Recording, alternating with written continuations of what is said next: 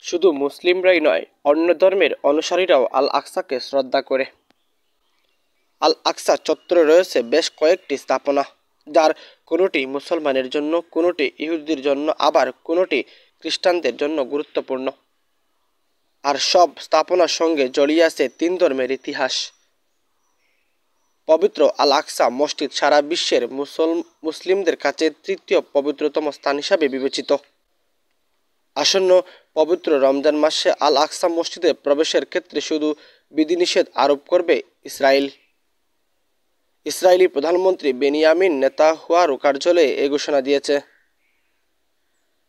ইসরায়েলের জবরদখল করা পূর্ব জেরুজালেমের ওল্ড সিটিতে পবিত্র আল-আকসা মসজিদ অবস্থিত।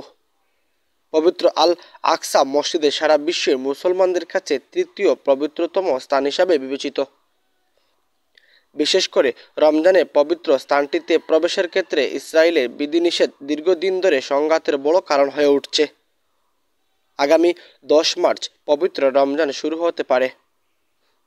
আসন্ন রমজানে পবিত্র স্থানটিতে প্রবেশের ক্ষেত্রে সম্ভাব্য বিধিনিষেধের বিষয়ে জানতে চাইলে নেতানিয়াহুর কার্যালয়ে গতকাল বলেছে, পেশাদার ব্যক্তি কর্তৃক প্রয়োজনীয় নির্ধারিত নিরাপত্তা খাতিরে একটি ভারসাম্যপূর্ণ সিদ্ধান্ত নিয়েছে ইসরায়েলি প্রধানমন্ত্রী। ইসরায়েল পরিকল্পিত এই বিধিনিষেধের নিন্দা জানিয়েছে গাজা ভিত্তিক ফিলিস্তিনি স্বাধীনতাকামী সশস্ত্র সংগঠন হামাস। এর বিরুদ্ধে সংঘবদ্ধ হওয়ার জন্য তারা ফিলিস্তিনিদের প্রতি আহ্বান জানিয়েছেন আল জাজিরা।